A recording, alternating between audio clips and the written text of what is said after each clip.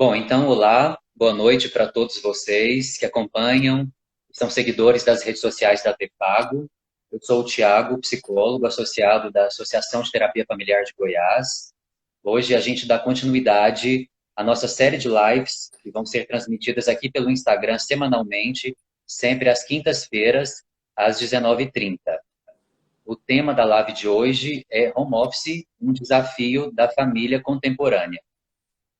Para os mais entusiastas, trabalhar em casa oferece oportunidades incríveis para o crescimento pessoal e profissional, mas nós sabemos que ser uma pessoa que trabalha bem em equipe e construir uma carreira fora do ambiente tradicional do consultório, do escritório ou empresas tem seus desafios.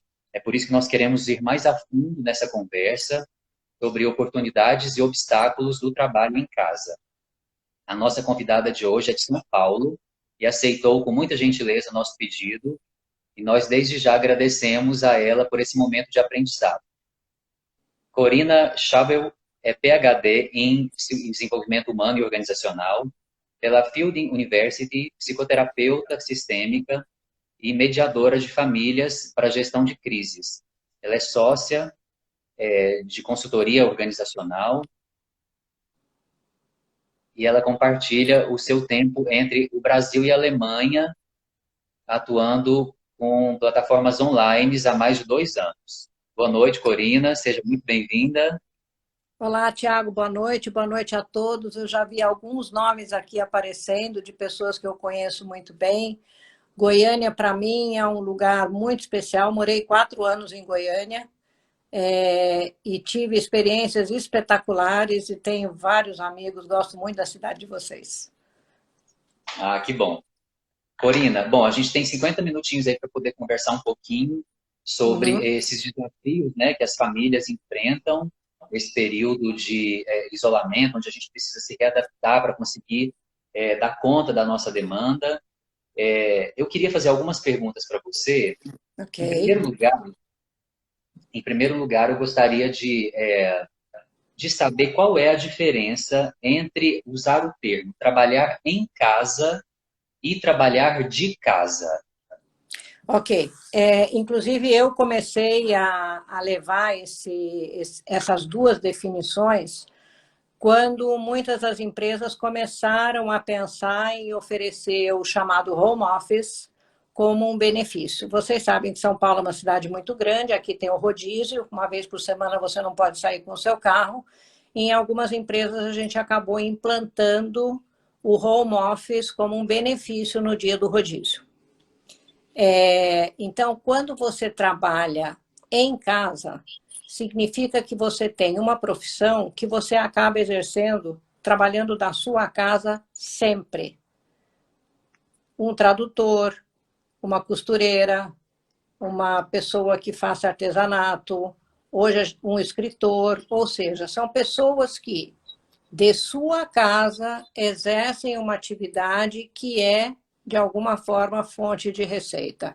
Ele não tem nenhum vínculo empregatício, ele é independente e ele pode organizar o seu trabalho de acordo com a sua necessidade e compartilhar ou não com o serviço de casa, né, que é o serviço doméstico. Quando você trabalha em casa, de casa, significa que você é colaborador, funcionário, empregado, o nome que a gente queira dar, de uma empresa, de um escritório, e você oferece o seu serviço a partir da sua casa. Isso significa que você tem uma série de regras a observar como se você estivesse trabalhando na empresa. Ou seja, você tem hora para começar a trabalhar, você tem hora para atender às suas reuniões, você tem a sua hora de almoço, a sua hora do cafezinho, do bate-papo com os colegas, como se você estivesse no escritório, só que você está em casa.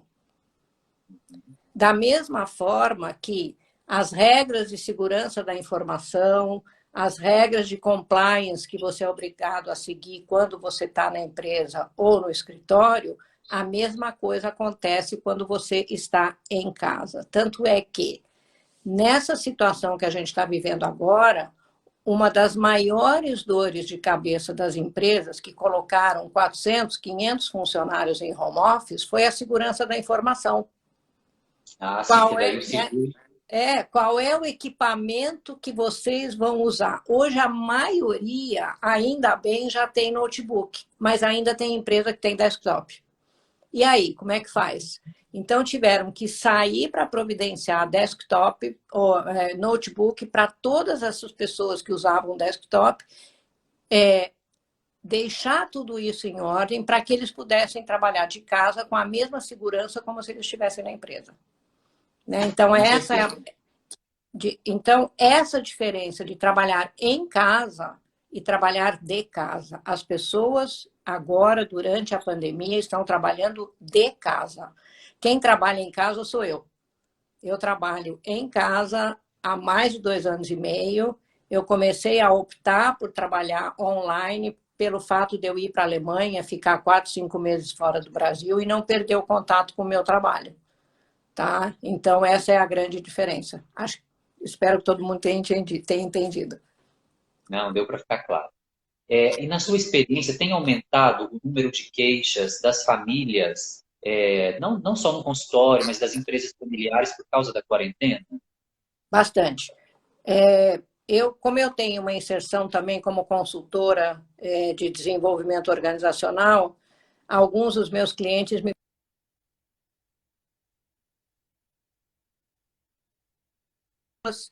que compartilham a sua moradia com mais pessoas, né? A gente tem a galera jovem, que aqui em São Paulo a maioria mora sozinha, mas a gente tem também casais com alguns com filhos e alguns com filhos e pets e alguns com pets somente, né? Os conflitos aumentaram sensivelmente. Por quê?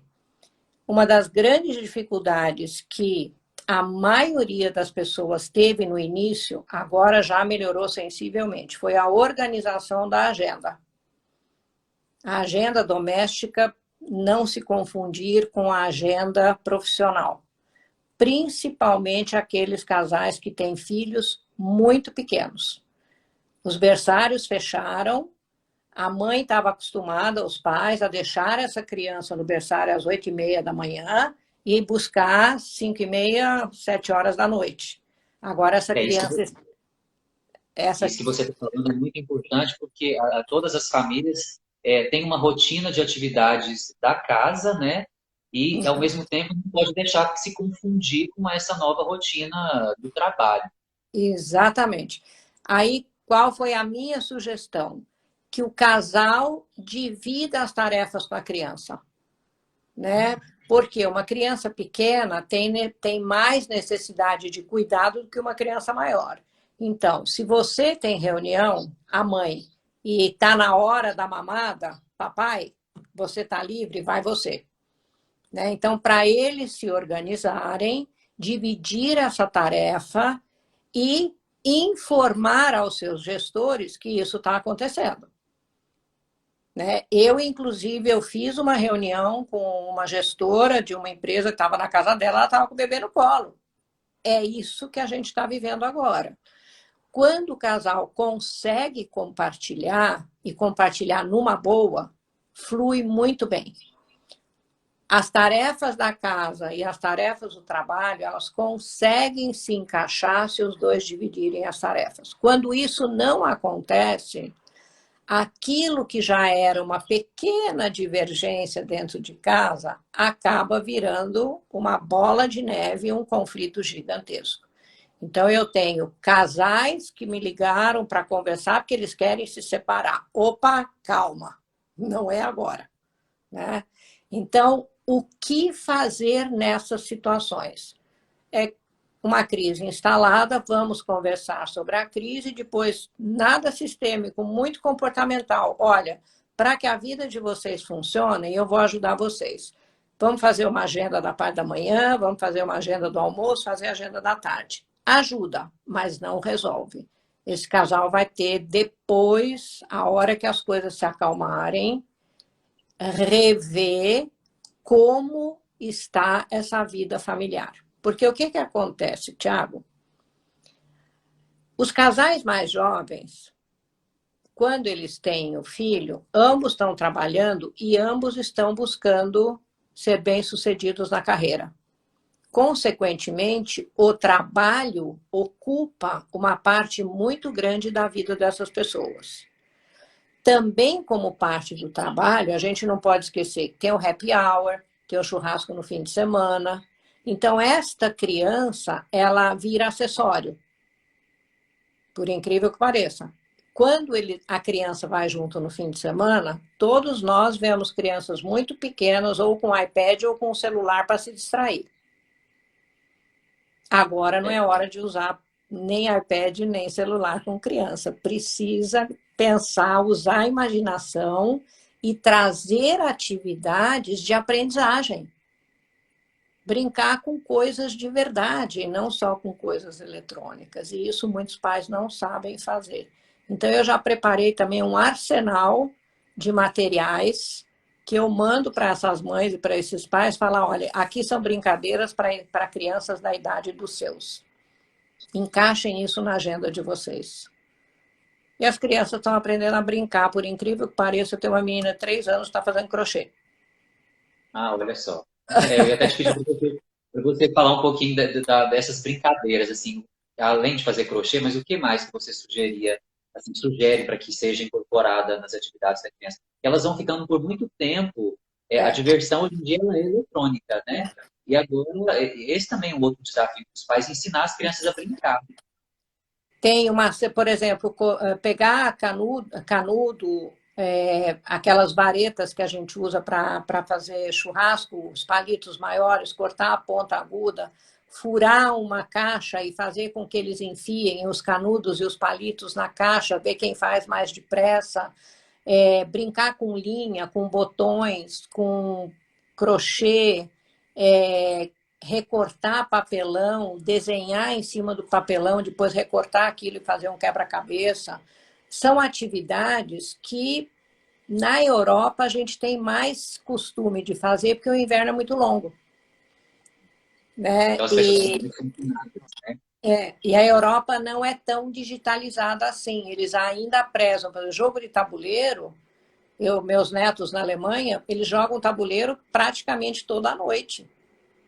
A família senta, é meia hora, né? Mas eles acabam jogando juntos alguma coisa, inclusive conversam. Então, isso é uma coisa que pode estar sendo introduzida agora, que é muito legal.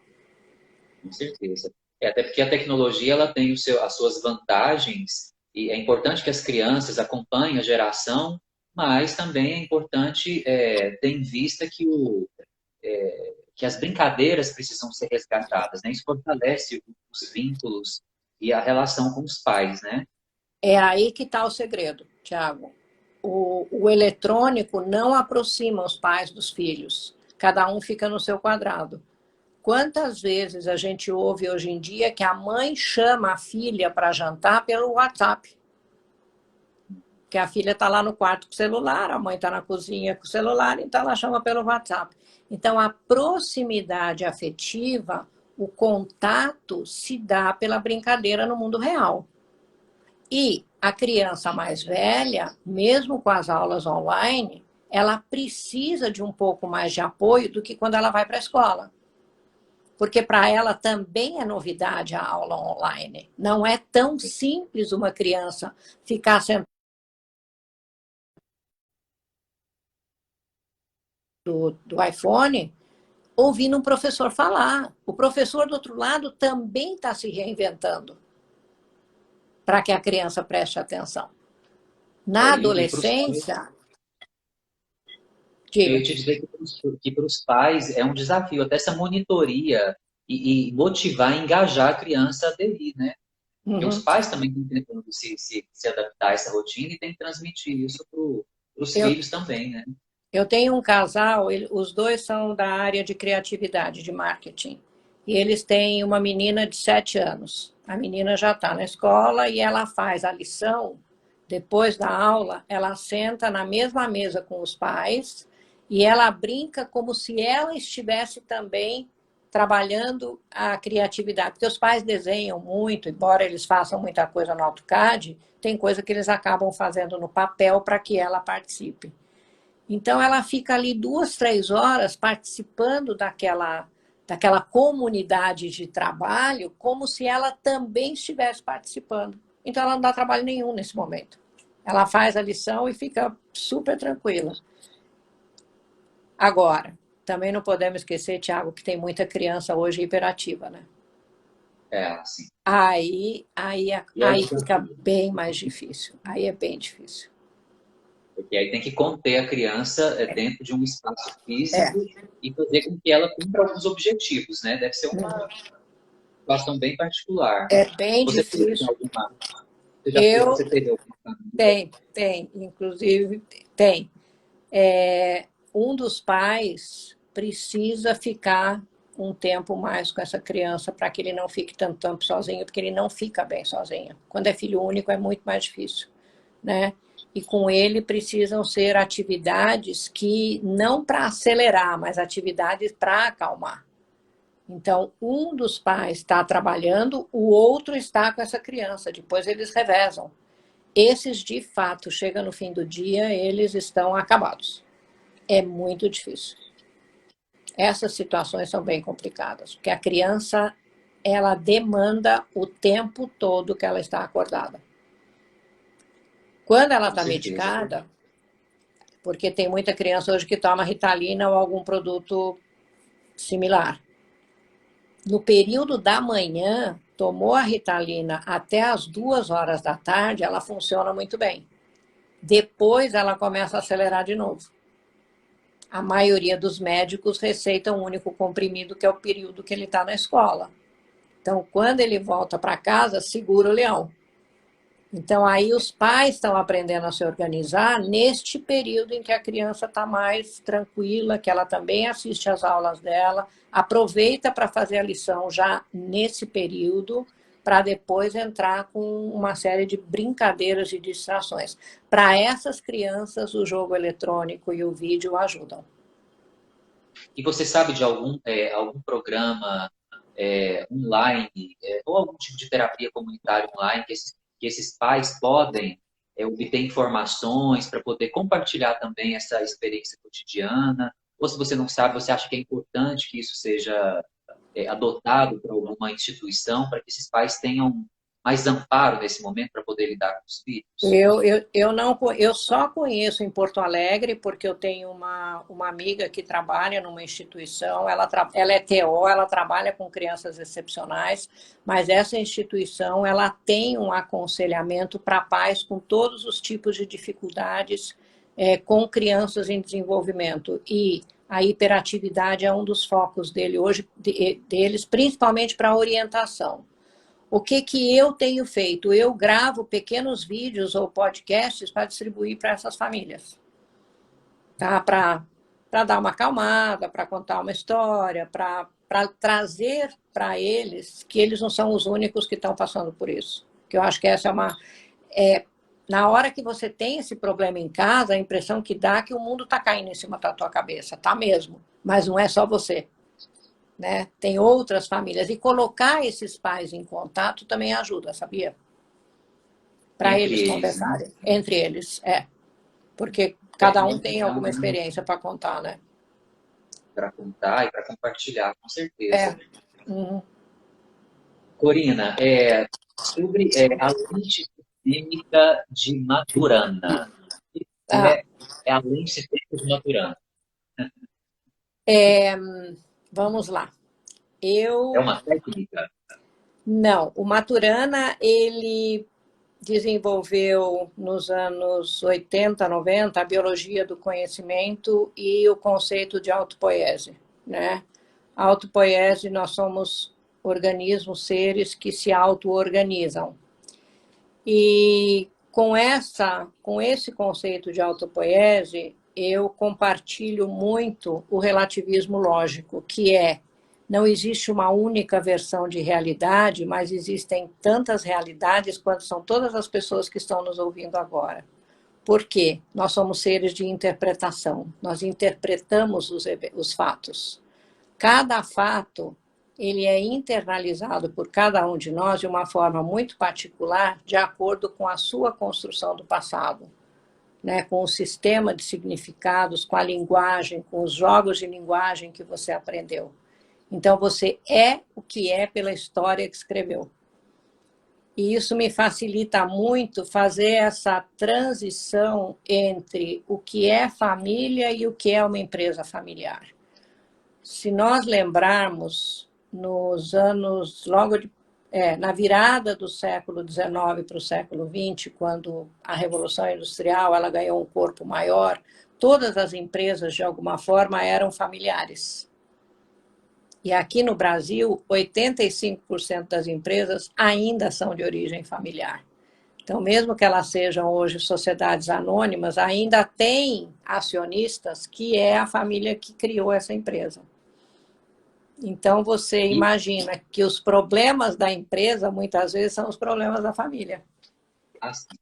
Pois é, essa questão das empresas familiares eu acho que merece uma atenção especial, porque agora, além da empresa ser familiar, porque quando não é, a pessoa trabalha de casa, mas fazendo uma conexão com pessoas que estão em outro lugar, em outro espaço.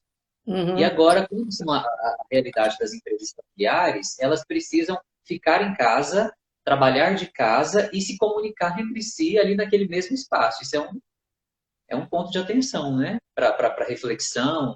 É.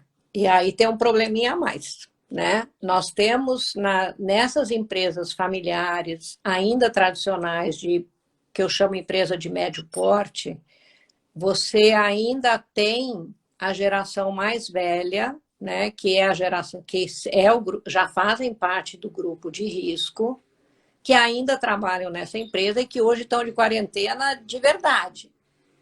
Por quê? Tem uma preocupação muito grande desses filhos, inclusive o meu filho, ele fica na minha orelha o tempo todo, você está em casa? Você não saiu? Porque tem essa preocupação. Então, imagine, você é o diretor financeiro da empresa familiar, mas você também é responsável agora pelas compras para os seus pais, para providenciar tudo o que eles precisam, porque eles estão em casa, em quarentena. E o seu pai é o presidente da empresa. E esse seu pai, ele precisa aprender agora de que ele não pode sair de casa, que ele tem que ficar e trabalhar à distância. Esse está sendo assim um processo muito legal de observar. A dificuldade dos filhos de orientarem os pais e a dificuldade dos pais de repente, mudarem de lugar. Ele é o mandatário da empresa, mas ele está precisando obedecer, coisa que ele nunca fez. Essa é uma novidade para muita gente que eu tenho ouvido, que eu tenho conversado. Eu nunca ouvi, eu nunca tive que ouvir ninguém. Pois é, agora precisa. Você acha que essas mudanças e esse período traz para as empresas e para as famílias, mesmo depois de passar essa fase, uma nova forma de se relacionar, de conduzir os processos de trabalho? Você acha que isso traz aprendizados e melhorias para as famílias? Eu diria que essa pandemia ela vai trazer como grande benefício o crescimento do digital. Nós sairemos muito mais digitais do que entramos nessa pandemia. Eu tenho quase certeza, também por questões econômicas, uma boa parte das empresas e uma boa parte dos negócios vão repensar o trabalho fora de casa. Ou seja, eu acho que nós vamos ter uma revisão de quem de fato precisa se locomover para ir para trabalhar em algum lugar, escritório, empresa. Claro, quem trabalha na produção, quem trabalha na linha de montagem, isso não vai mudar. Agora, quem é administrativo, quem é advogado, ou seja, quem é um prestador de serviço que pode estar em qualquer lugar, eu tenho certeza que as empresas vão repensar isso. Né? Eu acho que o meu grupo de analistas pode trabalhar de casa 3 vezes por semana ou só vem para o escritório quando houver alguma necessidade, alguma reunião ou planejamento, ou seja lá o que for. Há 15 anos atrás, um empresário me procurou e era exatamente isso que ele queria fazer. Ele aboliu o horário fixo de trabalho, ele permitiu que todo mundo trabalhasse em casa e que só aparecesse na empresa quando de fato tivesse alguma coisa para discutir com o grupo ou tivesse cliente para receber que ele não fosse visitar o cliente e nem recebê-lo na sede da empresa.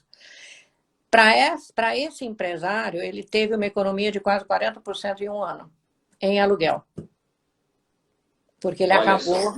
né? Então, isso eu tenho certeza que já está passando na cabeça de muito empresário, principalmente, por exemplo, escritórios de advocacia. Aqui em São Paulo, você tem escritórios de advocacia com 850 advogados. Precisa? Acho que eles estão se perguntando sobre isso. O aprendizado, além do digital, eu diria que a tolerância provavelmente vai ser um pouquinho maior quando a gente sair dessa. O individualismo, né, que está tão presente, principalmente entre os mais jovens, eu estou torcendo para que apareça um pouco de sentimento de coletivismo, sabe? A importância do coletivo para lidar com uma situação. E eu também tenho uma expectativa de que as famílias se deem um tempo e conversem muito para evitar separações, mas tentar reconstruir. Eu acho que a gente está vivendo uma situação peculiar, difícil, inusitada, principalmente para o Brasil, porque quem sabe do que aconteceu na Segunda Guerra Mundial ou são imigrantes ou são pessoas que ouviram falar, mas que não viveram de fato o que aconteceu. Então, teremos uma história para contar que foi muito difícil, e eu acho que isso é uma coisa que pode estar unindo as pessoas e não separando. Essa é a minha expectativa pessoal. Claro. Eu acho que até a própria locomoção, os horários de pico, né, que onde uma série de pessoas vão trabalhar e a superlotação de carros nas ruas, né, naquele horário entre 7 e 8 horas. Então, eu acredito também que tem muitos setores que podem funcionar de casa com monitoria e metas para serem cumpridas, né? Com E as certeza. pessoas, uma mudança de cultura também, né? Uhum. A produtividade, atingimento de meta, atingimento de objetivo, tudo isso é contratado uma vez ou 2 vezes por ano. Isso pode ser feito tanto de casa quanto da empresa, tanto faz, né? Se você tem os recursos para trabalhar. Eu acho que a tecnologia oferece isso. Eu não sei se vocês também notaram isso em Goiânia, mas aqui o sinal das operadoras está muito bom, salvo raras exceções. Né? Eu reclamo uma vez por semana de que o sinal está ruim, mas em geral está funcionando bastante bem. Você mencionou uma coisa que eu experimentei em 1978, quando eu trabalhei na Alemanha. Naquela época, nós já tínhamos o trabalho flexível. Significa que nós tínhamos horário, uma liberdade de 2 horas para chegar de manhã e, consequentemente, também um equilíbrio na hora de saída. Eu tinha filha pequena naquela época, era fantástico para mim, porque eu tinha tempo de levantar, levá-la para a escola e ir com calma para o trabalho. E no verão eu começava mais cedo para sair mais cedo para aproveitar o dia. E no inverno eu entrava um pouquinho mais tarde porque o dia era mais curto. Então, isso eu acho que são coisas que vêm para cá e são coisas que vão ficar. Eu acho importante porque também quando a gente pensa na procrastinação, porque quando você está dentro de um ambiente de trabalho e você tem metas para ser cumprida e tem um supervisor presente, né, fisicamente ali acompanhando os seus processos, quando você está em casa, é uma autodisciplina. Então, muita gente tem uma tendência a procrastinar, a deixar para depois, e isso interfere no nível de produtividade, né? Então, por isso que também tem que ser criada uma estratégia para essa monitoria, esse acompanhamento, né, ser feito de uma forma adequada. Há alguns anos atrás, eu atendi dois profissionais que eram da IBM. A IBM já tinha o home office estabelecido para algumas áreas, principalmente quando ela saiu daqui de São Paulo e foi para o interior. Eles já tinham um sistema de controle, que era o log-on, log-off no notebook, e eles tinham metas diárias para cumprir. E aí aparece uma outra novidade, que é a diferença entre ter um trabalho, olhar para o seu trabalho como o teu trabalho, olhar para emprego, né? O emprego é aquele que eu espero o lerite no fim do mês. O trabalho é aquilo que eu quero realizar, porque eu quero crescer, eu quero aprender, eu quero me desenvolver. Essa é a diferença. Quem olha para a sua atividade, para o seu emprego como um trabalho, como alguma coisa realizadora, ele vai trabalhar bem de casa. Aquele que olha como um emprego, ele vai ter mais dificuldade, porque são as pessoas que, salvo exceções, são as que procrastinam mais. Porque fazem aquilo não porque são apaixonados pelo que fazem, fazem porque tem que fazer. Essa é a diferença, né? E a gestão, eu acho que a gestão vai mudar de configuração, mas ela vai se manter. O gestor vai ter um pouco mais de trabalho. Corina, eu quero dar uma atenção agora para os comentários e para as perguntas que as pessoas que estão assistindo aqui a live fizeram. Deixa eu passar aqui um pouquinho para ver muita gente acenando, te dando oi, pessoas que te conhecem, que têm experiência profissional com você. Vamos lá, deixa eu ver aqui o que tem. Deixa eu ver. Deixa eu só fazer um comentário ainda que eu esqueci. Eu acabei concordando com uma das plataformas que eu trabalho, plataforma de atendimento em psicoterapia, de fazer um pronto-socorro para colaboradores de 3 empresas. E o que mais tem aparecido é a ansiedade de pessoas que moram sozinhas e os casais que não estão conseguindo lidar com criança pequena. Então, é uma sessão que eu faço uma sessão de 20 minutos para entender o que está acontecendo, e depois eles podem ter mais uma sessão de 1 hora e 15 comigo para fazer alguns ajustes mais a nível comportamental para segurar a onda enquanto estiverem vivendo nessa situação tão peculiar. É essencial. Tem crescido muito essa disponibilidade dos profissionais para atenderem e ajudarem as pessoas. Né? Semana passada eu atendi 14. 14 pessoas, olha 14. Só. Mas está valendo a pena, tá sendo muito interessante. Calma aí que eu estou passando aqui. Bom, a Silvana comentou que a intersecção entre a rotina doméstica e a rotina da empresa tem trazido muitos desafios, corroborando um pouco daquilo que você falou. Gente pedindo o arsenal, né, dessas brincadeiras que você... Esse arsenal de brincadeiras você vai disponibilizar em algum portal? É um pacote que é comprado? Como que funciona? Nada, eu fiz essa coleção toda, eu fui pegando pelo Google, sabe? Tanto pelo que fazem fora daqui, aqui eu fui ajuntando. Eu faço o seguinte, eu passo para você. E aí você disponibiliza como for mais fácil. Sim. Tá? Tem uma pessoa perguntando, a gente vai compartilhar nas nossas redes sociais, com certeza. A Carolina está perguntando, bom, as atividades que ela pode fazer com uma criança de 1 ano e 6 meses. Eu acredito que nesse material deve contemplar as atividades para crianças menores, assim, 1 ano e 6 meses. O que eu tenho é mais a partir de 4 anos, de 3 para 4 anos. Por quê? A criança com menos de 2 anos, você tem no mercado muita coisa disponível, né? E é muito brincadeira de encaixe, brincadeira de enfiar, né, o maior no menor. Já pode começar a brincar um pouco com garatuja, com pintura de dedo, que funciona muito bem. Cartão velho, caixa velha que a gente tem em casa, que às vezes faz as compras, Pega a parte que não tem nada escrito, guache, pintura, às vezes acaba pintando a cara também, mas faz parte, é muito legal. E aproveita, né? Já aproveita. A Lilian está perguntando, pedindo para você falar um pouquinho sobre as famílias monoparentais, com crianças, né, no momento, pensando no trabalho.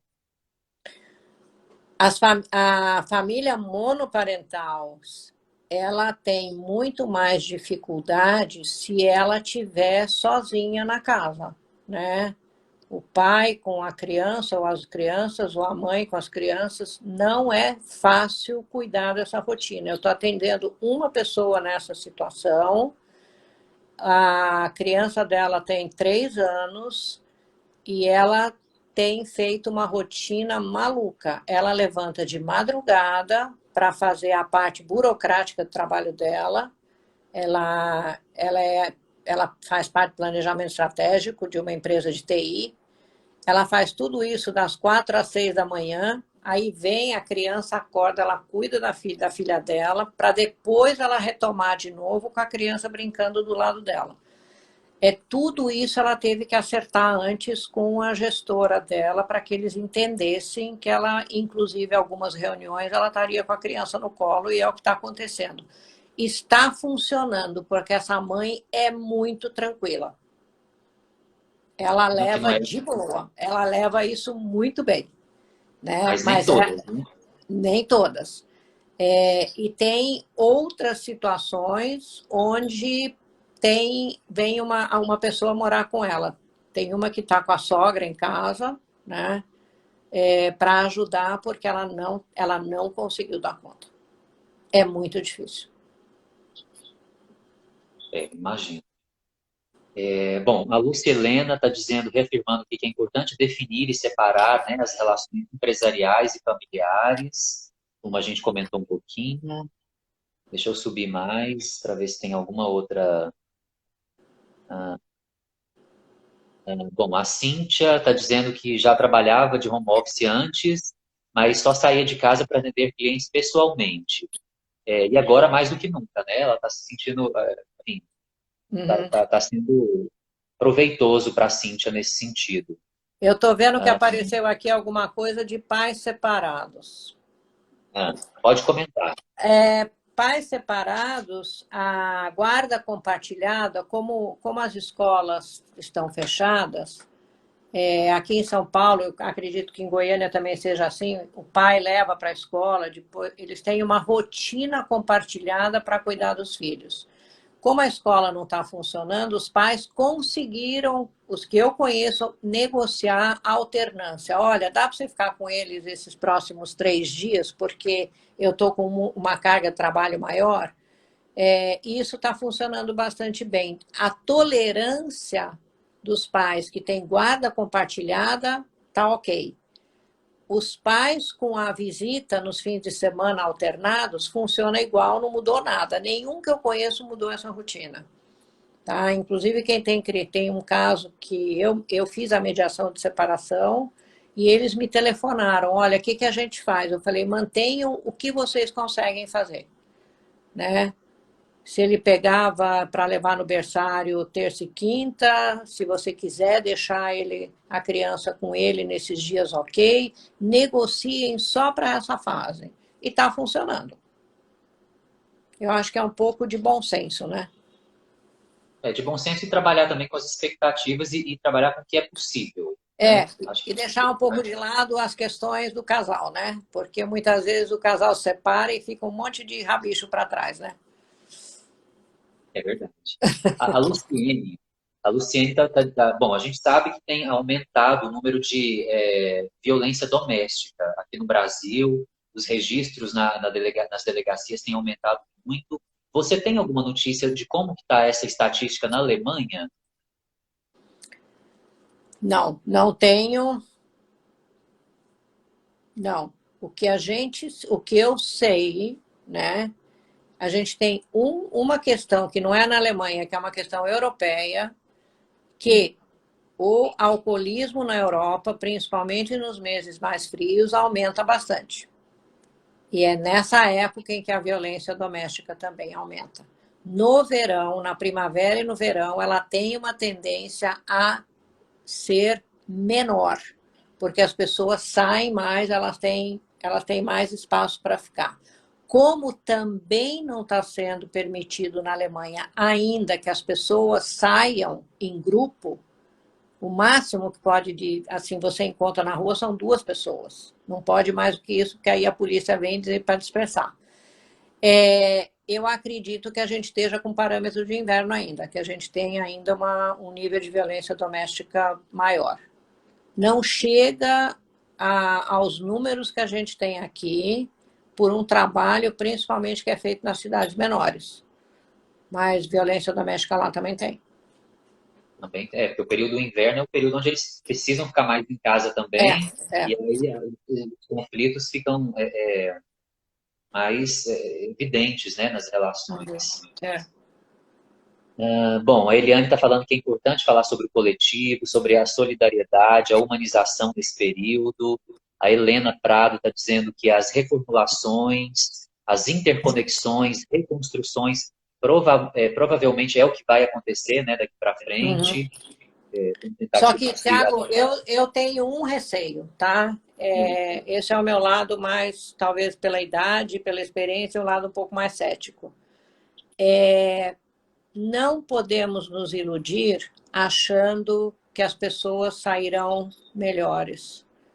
Vai sair melhor quem se sentir neste movimento. Mas a gente sabe que o processo de mudança é muito difícil, que as pessoas vão voltar a ser o que eram assim que tiver espaço para ser. Ambição, vaidade, individualismo, poder, tudo isso vai ser muito difícil mudar. Eu acredito que, abrindo espaço, daqui a pouco as pessoas vão olhar para trás e falar: já passou, vamos tocar o barco. Até porque os comportamentos desse momento eles estão sendo muito reflexo dessa situação que a gente está vivendo, né? Uhum. Então, uma demanda externa do que um movimento interno realmente de se conscientizar de muita coisa. É muito triste tudo isso que está acontecendo, pelas vidas que estão sendo perdidas, por tudo. Assim, toda a conjuntura é bastante pesada. Mas uma coisa que me chamou muito a atenção foi a mudança da cor do céu. Os passarinhos que voltaram, né? A natureza segue o seu curso. Eu acho que ela está muito grata pelo fato de não ter tantos aviões voando, tantos carros circulando, porque ela está conseguindo respirar. Com certeza. Bom, tem algumas pessoas falando aqui, tem uma pessoa que perguntou falando que tem filhos, né, adolescentes que não saem do celular, você comentou um pouquinho sobre isso, né, como que é importante inserir as estratégias das brincadeiras. Filhos adolescentes têm uma regrinha de ouro que pode funcionar. Eu tive essa queixa, eles não saem do celular, eles não saem do celular. Eu falei: escuta, você está sem empregada, vocês estão fazendo, quem está fazendo serviço de casa, né? Eu e meu marido. Eu falei: e os dois não podem fazer? Então agora a gente fez uma planilha, né, uma agenda, dessas agendas semanais, assim, onde cada um tem uma atividade doméstica pela qual ele é responsável.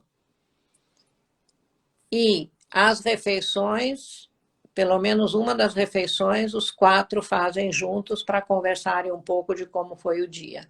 Melhorou, reduziu um pouco a fissura de ficar no celular o dia todo. Ou seja, traz esses adolescentes para a convivência porque eles fazem parte da família. Alguém tem que levar o cachorro para passear, alguém tem que botar a roupa na máquina e assim por diante. Por que não? Isso. Tem que se adaptar de alguma forma. Inclusive, a Eliane está dizendo que ela também percebeu que esse momento tem aproximado muitos pais que se separaram em prol dos filhos, né? Buscando Uhum. uma forma de terapia, de mediação, e o quanto ela tem ficado encantada com esse movimento. Você tem percebido isso também? Tenho. A animosidade diminuiu. E eu vejo também esses pais se aproximarem, inclusive pais que se afastou dos filhos durante muito tempo e que de repente apareceu do nada. A gente não pode esquecer que o medo da morte ronda todos nós. Uma das coisas que a gente mais ouve falar são o número de mortos aqui e acolá, o risco que as pessoas correm. De repente começou a aparecer que não era só o grupo de risco mais idoso, tem bastante gente jovem que está sendo acometida de uma Covid grave e acaba falecendo. O medo da finitude aproxima pessoas e diminui a animosidade. Então é isso que a gente está vendo. É verdade. Em relação, tem algumas pessoas falando sobre bom, como o acesso, o contato com as pessoas, né, com os filhos, tem ficado, o judiciário tem diminuído a questão da convivência, de visitas, de guarda compartilhada. Você acha que a alienação parental, ela pode entrar nesse caminho aí? Mais ou menos, Thiago, que é o seguinte: a alienação parental, geralmente, ela é mobilizada pela raiva do que aconteceu, por uma série de questões pessoais daquele que se sentiu abandonado. Né? Quando o casal se separa, tem um que abandona e o outro que se sente abandonado. Então, quando aquele que se sente abandonado tem um sentimento ruim, ele vai continuar fazendo alienação parental, mesmo diante de tudo que a gente está passando. Pode até piorar, pelo próprio receio que ele tem. Sim. Tá? Bom, Corina, a gente está chegando no nosso fim, porque daqui a pouco a nossa live tem um tempo de duração. Então, antes de finalizar e te agradecer, eu quero falar um pouquinho de você. Você está com um curso online de mediação, né? Para aquelas Isso. pessoas que já atuam com a mediação judiciária e que têm interesse também em atuar na iniciativa privada como mediador de conflitos, para construir um ambiente mais pacífico, uma cultura mais colaborativa e ser um profissional melhor. Então, você também tá com esse programa, esse projeto aí que pode beneficiar e ajudar muita gente. Sim, isso foi uma ideia que nasceu o ano passado, né, que eu queria trazer um pouco mais de informação sobre mediação, principalmente falando um pouco mais do meu trabalho que eu faço usando Maturana. E eu tenho uma grande amiga que é consultora também, e ela me apresentou uma produtora de vídeo. E aí a gente começou a gravar por brincadeira, e eu falei, peraí, agora eu quero gravar minhas aulas. E foi aí que aconteceu. E agora está tudo pronto, ele entrou no ar hoje. Ah, que bom. Depois a gente até divulgou nas nossas redes sociais, a gente vai publicar aqui no Instagram Obrigada, também, agradeço. para poder apoiar essa ação que é muito importante. Corina, então, olha, quero agradecer em nome de todas as pessoas que estão assistindo aqui a nossa live, né, agradecer em nome da Associação de Terapia Familiar de Goiás, pela sua colaboração, pelos seus esclarecimentos. Acho que isso é muito importante para nós, seguidores, para todos os profissionais que têm que encontrar formas, né, de lidar com isso, com esse momento de uma forma saudável. Então, fica aqui o nosso agradecimento, um super abraço para você. Se você quiser fazer a sua despedida final, quiser Eu falar alguma quero. coisa, Muito obrigada a todos que vieram conversar com a gente hoje. Eu vi algumas coisinhas escritas. Assim, foi um prazer imenso estar com todos vocês. Tiago, muito obrigada pela tua ajuda também. E vamos confiar e acreditar que sairemos melhores de tudo isso que está acontecendo. E saúde para todos. Ah, que bom, obrigado. Tá? Pessoal, olha, lembrando que nossas lives acontecem toda quinta-feira às 19h30. Excepcionalmente, essa semana, a gente vai fazer uma live extra que vai ser no sábado, às 16 horas, onde a gente está convidando uma profissional especialista no segmento da psicologia de emergências e desastres. Ela vai falar um pouquinho da atenção psicossocial, de que forma que a gente pode ajudar as pessoas em tempos de pandemia. Então, todos vocês estão convidados, convidadas a assistir aqui pelo Instagram também. no sábado, nesse sábado agora, dia 25, às 16 horas. A gente vai publicar aí nas nossas redes sociais também esse convite. Então, um super abraço, obrigado pela participação de todos vocês. Não deu para ouvir e responder todas as perguntas, porque a gente tem um tempo, daqui a pouco a live se encerra, mas assim, sempre que for possível, a gente vai retomar algumas perguntas que não foram respondidas. Obrigado, até sábado, super abraço. Tchau, Corina. Obrigada também. Tchau, tchau. Obrigada. Tchau.